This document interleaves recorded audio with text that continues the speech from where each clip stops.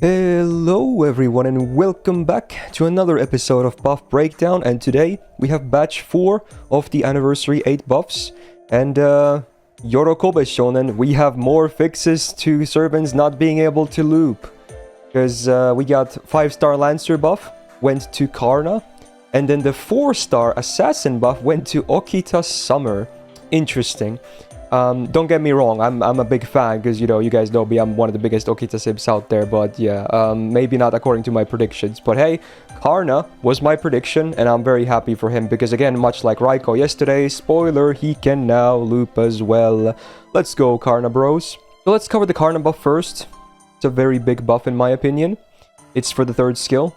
Now, what it used to do is on a 6-turn cooldown, you get a really weird 25% battery for himself. Like, just an absolutely stupid number. The 5% difference was the big reason he couldn't loop. He was off by 5% all this time, all these years, ever since we got the Buster loop supports. And then he also got 50% star gen for himself for 3 turns, and 40% crit damage for 3 turns. Honestly, it's not a terrible skill, like, it still did stuff, but for a modern skill, it still could have used more.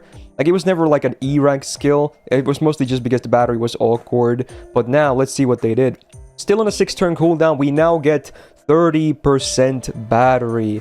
Hallelujah, dude. That, again, we got the 5% we needed. Now, what did they do besides that? They upped the star generation from 50% to 100%, still 3 turns, so, cool little bonus, I guess. He now gets 50% crit damage instead of 40%, and then now, on max level, you get a 40-star bomb. That is kinda ridiculous. That's nearly as high as Mozart's 50, which is the highest in the entire game, so this should be, like, at least tied, if not solely, on 2nd place in terms of star bombs on skills. So there you go, that's a big boy skill right there. Now on a 6-turn cooldown, I think it's good. The star gen really won't ever do too much. His star gen is okay, but it's nothing crazy. Even his MP, face guards, none of that. The crit damage is nice at 50%. And now with the star bomb, it's even better because as a Lancer, his base star absorb is not super high. So either he needed to get absorb or something like this to basically brute force a crit turn. Now you still have crit damage for 3 turns, meaning that if you want to get advantage of that crit damage for other turns, you're either going to need more stars coming in from other sources, or you're going to need someone to give him absorb, but we have stuff like KOYAN as well, for instance, to help with that. So it's not the end of the world, but the star bomb is actually really, really nice. I'm a big fan of that addition. But hey, again, the big fix there was adding the 5% to the battery. Now, sadly, I don't have the looping numbers for you immediately here, as I'm recording this right as this comes live. But again, on the description of this video will be linked the looping sheet. If I had to guess, his numbers are not going to be crazy insane. Because remember, for instance, his mana burst is still only a 1-turn thing, so I'm guessing his turn 1 and turn 2 damage are still pretty low, and keep in mind he still has to go with 50% CE, because, the battery is not enough to go from 0 or anything like that, so I'm guessing his damage won't be really all that amazing. Of course, against divine enemies, because his MP does have a divine power mod, then he's gonna shine really well, especially on turn 3 if it's a divine lineup with the mana burst active as well. Then he's obviously gonna peak hard, but I would say on average use case, his farming numbers should be pretty tame. But hey, for Karna fans out there, you can do it now. So again, I'm very happy. Honestly, I'm a Karna enjoyer as well, so very cool stuff. Now on the tier list, I had him placed on a pretty brutal B. With this, I could possibly move him into A. It's definitely at least should be a B+, but honestly, I'm just gonna move him into the A tier. Maybe I'm jumping the gun here, but I'm a big fan of the buff. The star bomb, especially for DPSing, is very nice. And hey, there you go. He's now a certified Buster looper. Very, very cool. Okay, actually, before I was about to end the video, but I'm gonna edit this after the Karna part is over on the video, so you can get to see this clip. Jord was really fast in updating the list this time, and you can see the numbers here for Karna. So as you can see, as I suspected, his turn 1 and turn 2 damages, they're pretty low, on the low end for sure.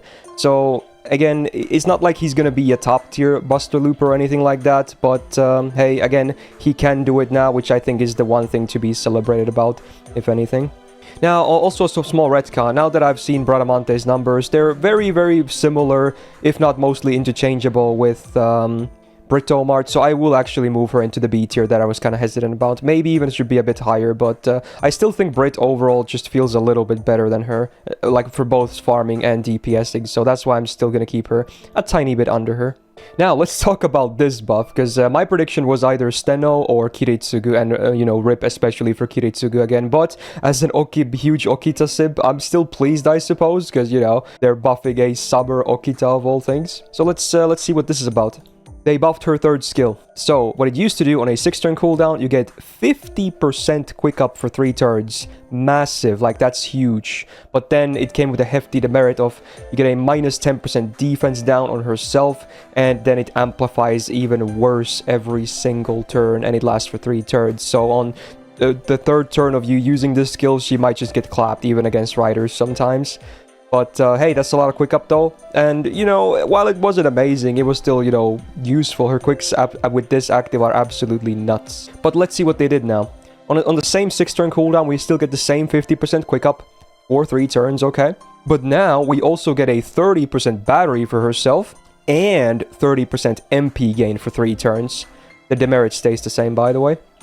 So that's an interesting little thing.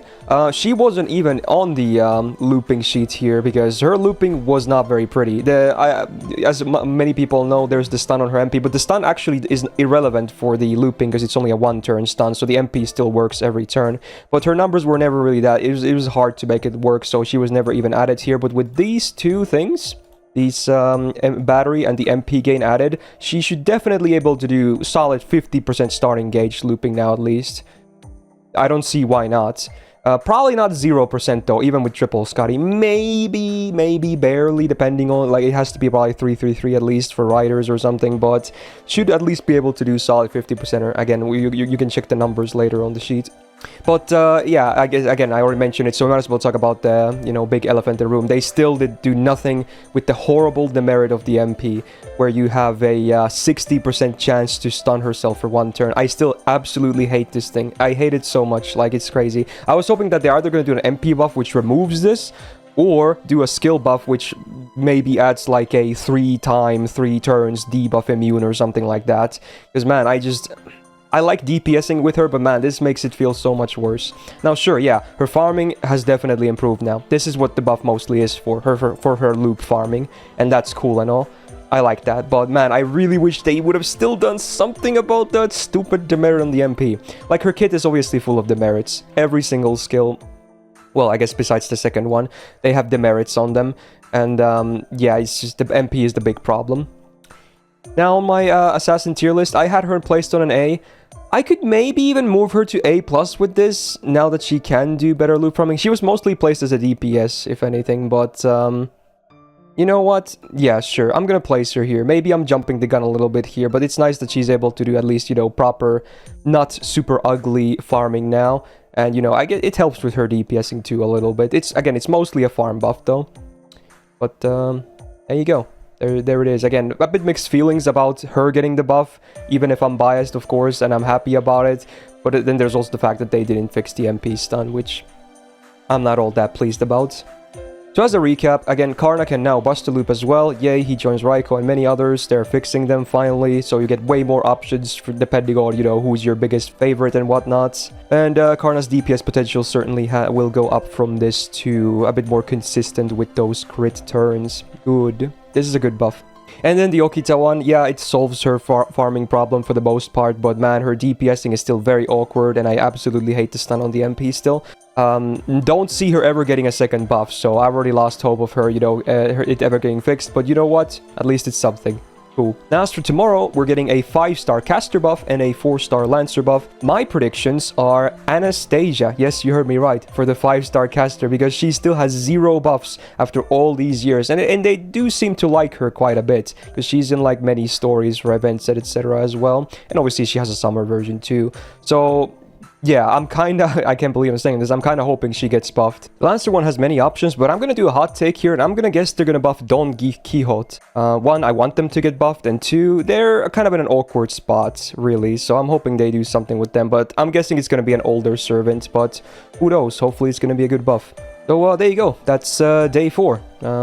Honestly...